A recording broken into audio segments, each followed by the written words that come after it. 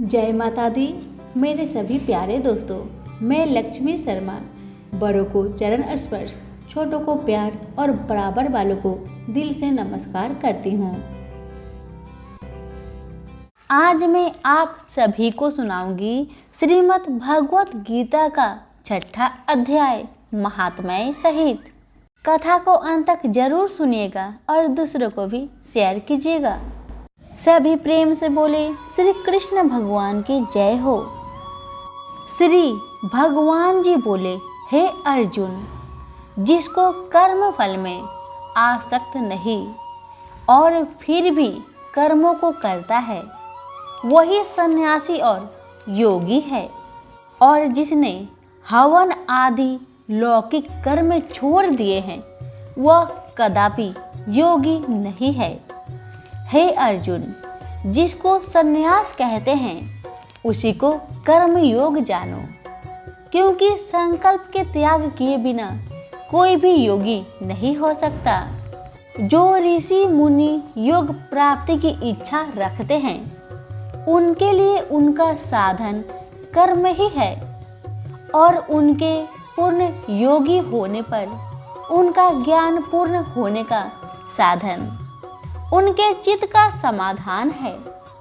जब संपूर्ण वासनाओं को उसने त्याग दिया हो, उसी समय वह आत्मा को अवनत होने से रोके, क्योंकि मनुष्य आप ही अपना मित्र और शत्रु है। जिसने विवेक से अपना मन स्वाधीन कर लिया है, वह स्वयं ही अपना हितकारी है। जिसने विवेक का परित्याग कर दिया है, वह स्वयं ही अपना शत्रु है। मन को जीतने वाले शांत स्वभाव मनुष्य को आत्मा सिद्ध उसने सुख दुख मान और अपमान इनके होने पर भी अत्यंत स्थिर रहती है। जिसने ज्ञान विज्ञान से अपने अंतःकरण को तृप्त कर लिया है, जो निर्विकार हो गया है, वही सच्चा योगी कहलाता है। सुहृद, मित्र, शत्रु, उदासीन, देशी, मध्यस्वत, देश करने योग, बंधु वर्ग, साधु और पापी, इन सब में जो समान दृष्टि रखता है, वही सर्वश्रेष्ठ है। योगी पुरुष को मन और आत्मा को अपने बस में करके वासनाओं तथा समस्त पर वचनों को त्याग कर किसी एकांत स्थान में बैठकर निरंतर चित्त को समाधि में लगाना चाहिए। आत्मा शुद्धि के लिए योग करना अति उत्तम है। शरीर, मस्तक और गर्दन को सम करके अचल होकर स्थिर होने और अपनी नासिका के अग्रभाग को देखता हुआ सब दिशाओं से अपनी दृष्टि हटाए रहे। भय रहित होकर शांत चित्त से ब्रह्मचार्य व्रत का पालन करे। मन को रोककर मुझसे ही लीन होकर मन को योग में लगाए। इस प्रकार मन को बस में रखने वाले योगी को निरंतर योगा अभ्यास करते रहने से मुझ में रहने वाले निर्माण पद की प्राप्ति होती है। हे अर्जुन, जो अधिक भोजन करता है या अधिक दिन उपवास करता है, जो बहुत देर सोता या जागता रहता है, उसको योग प्राप्त नहीं होता। जो उपयुक्त आहार और विहार करता है तथा कर्मों का योग रीति से पालन करता है, तथा जो यथा समय सोता और जागता है, योग ऐसे पुरुष का दुख मिटा देता है।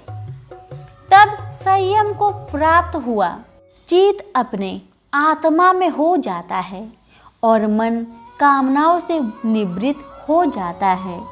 तभी योगी मोक्ष पद पा जाता है। जिस प्रकार वायु रहित स्थान में रखा हुआ दीपक चलायमान नहीं होता, उसी प्रकार योगी अपने चित्त को निश्चल रखकर उसका संगम करता है और अंत कारण की समाधि लगाता है। जिस अवस्था में योगा अभ्यास के कारण चित्त का वेग रुककर विषयों से पृथक होने लगता है और जब शुद्ध अंत कारण से आत्मा को देखकर आत्मा में ही संतुष्ट होता है, जिस अवस्था में वह अत्यंत सुख जो इंद्रियों द्वारा जाना नहीं जा सकता वरन केवल बुद्धि से ही जाना जाता है, और जब वह योगी अनुभव करता है तब आत्मा स्वरूप में स्थिर हो उसमें विचलित नहीं होता। इस अवस्था को पाकर फिर और कोई लाभ उसको अच्छा नहीं लगता, और जहाँ स्थिर होने पर और कोई बड़ा भारी दुख उसको वहाँ से चलायमान नहीं कर सकता। इस अवस्था को दुख संयोग वियोग कारक नामक योग जानना हो तो योग निर्विकल्प चित्त से निश्चय करके जानना चाहिए।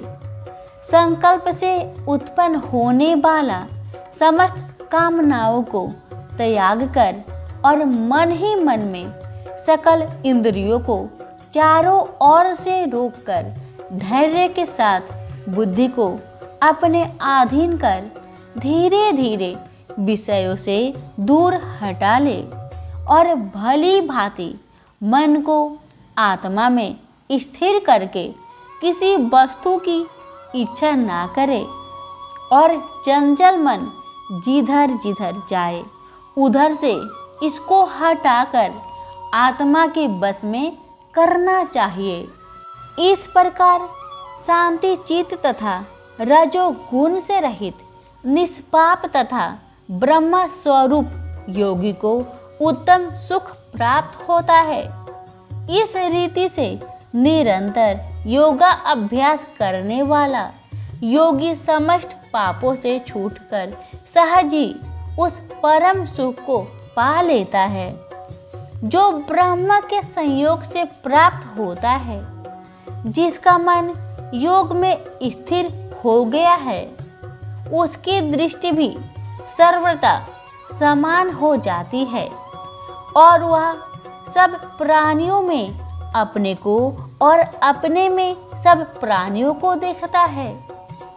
जो सब प्राणियों में मुझको और मुझ में सब प्राणियों को देखता है, मैं उससे अलग नहीं रहता और मुझसे वह अलग नहीं रहता। जो अभेद भाव से रहता है, सब प्राणियों में स्थिर हो मेरा मनन करता है, वह योगी चाहे जिस अवस्था में रहे मुझ में मिल ही जाता है। हे अर्जुन, जो समस्त प्राणियों के दुख सुख के समान समझता है और सबको समान देखता है वही श्रेष्ठ योगी है।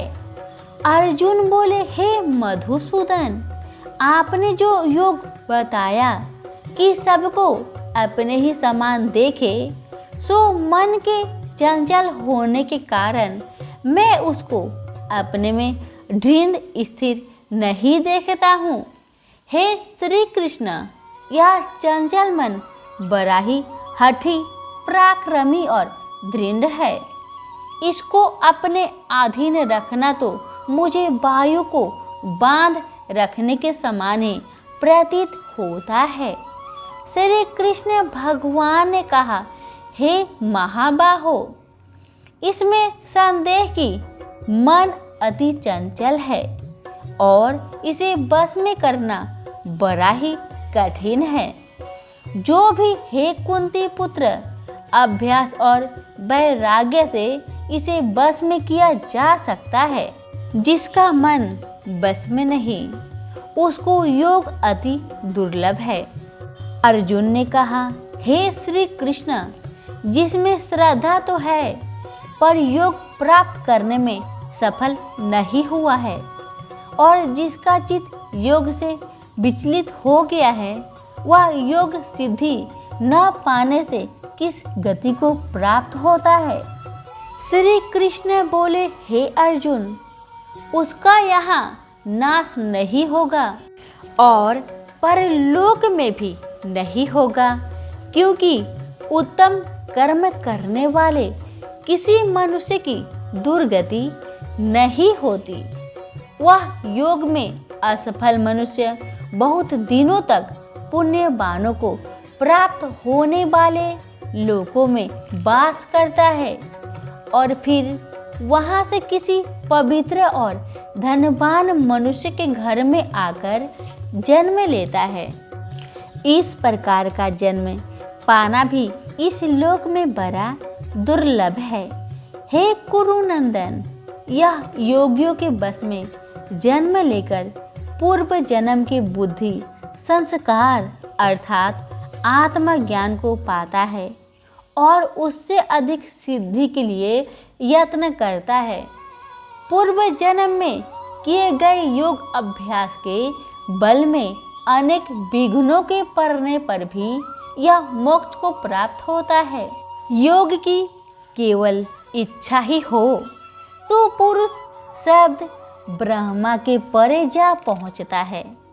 जो बड़े परिश्रम और यत्न से योगा अभ्यास करता है वह पापों से छूट मोक्ष को पाता है। बड़े तपस्वियों से योगी श्रेष्ठ है। जो शुद्ध होकर अनेक जन्मों में परिश्रम करके सफल होता है और ज्ञानियों से भी योगी श्रेष्ठ है। इसलिए हे अर्जुन, तुम योगी बनो। केवल मुझ में ही मन लगाकर योग प्राप्ति के लिए जो मेरा भजन करता है उसको समस्त योगियों के मध्य से मैंने अत्यंत श्रेष्ठ माना है। यहाँ पर हमारी छठा अध्याय समाप्त हुआ। अब हम सुनेंगे छठा अध्याय का महात्म्य। सभी प्रेम से बोले श्री लक्ष्मी नारायण की जय हो। भगवान जी बोले, हे लक्ष्मी, अब छठे अध्याय का महात्म्य सुनो। गोदावरी नदी के तट पर एक नगर था। वहाँ जन श्रुति राजा था। वह बड़ा धर्म यज्ञ था।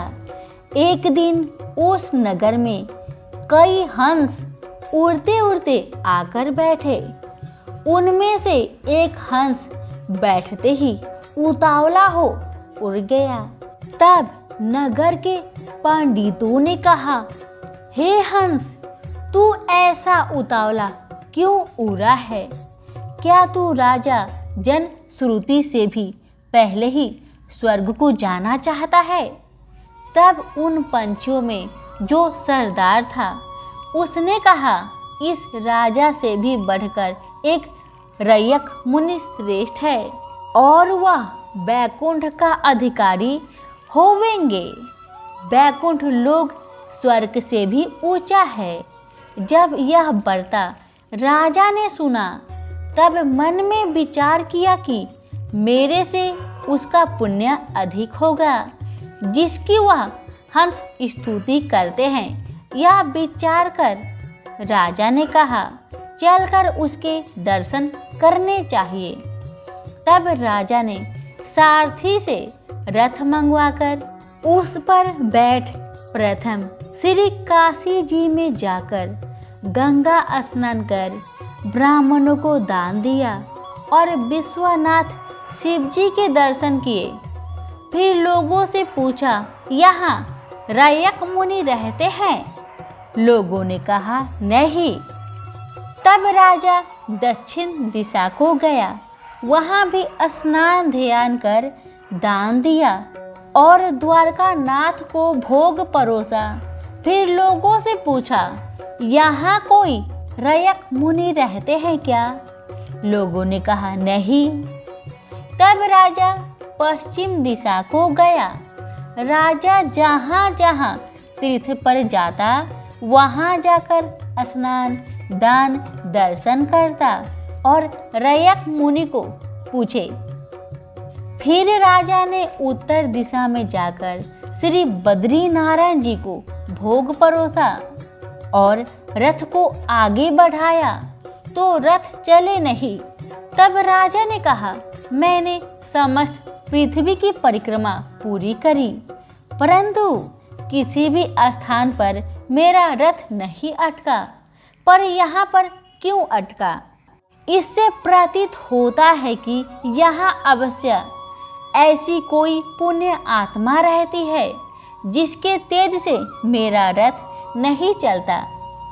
तब राजा रथ से उतरकर आगे चले तो देखे कि कंदरा में मुनि बैठे हैं, जिसके तेज से सूर्य की किरणों के समान प्रकाश हो रहा है। तब राजा ने प्रकाश को देखते ही कहा, रैयक मुनि होंगे। तब राजा ने दंडवत प्रणाम कर चरण वंदना करी तथा हाथ जोड़कर स्तुति करी। तब मुनि ने राजा का आदर किया और कहा, हे पृथ्वीनाथ, तू चारों धाम के पालनहारा पुण्य आत्मा है।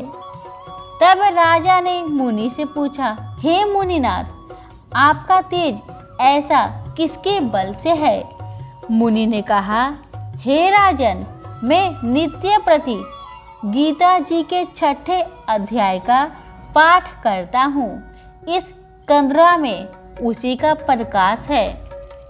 यह सुनकर राजा ने अपने पुत्र को बुलाकर कहा, हे पुत्र, आज से तू राज्य कर, अब मैं तीर्थों को जाता हूँ। इतना कहकर राजा ने राज्य त्याग दिया और रैयक मुनि ने श्री गीता जी के 6ठे अध्याय का पाठ आरंभ कर दिए। तब तो वह राजा भी पाठ करने लगा। उस पाठ के प्रताप से राजा त्रिलोकदर्शी हो गया। इस प्रकार दोनों को वन में रहते रहते कई वर्ष बीत गए। एक दिन प्राणायाम करके दोनों ने देह त्याग दिया। तब स्वर्ग से विमान आए और उस पर बैठकर बैकुंठ को गए। सभी बोले विष्णु भगवान की जय हो। धन्यवाद।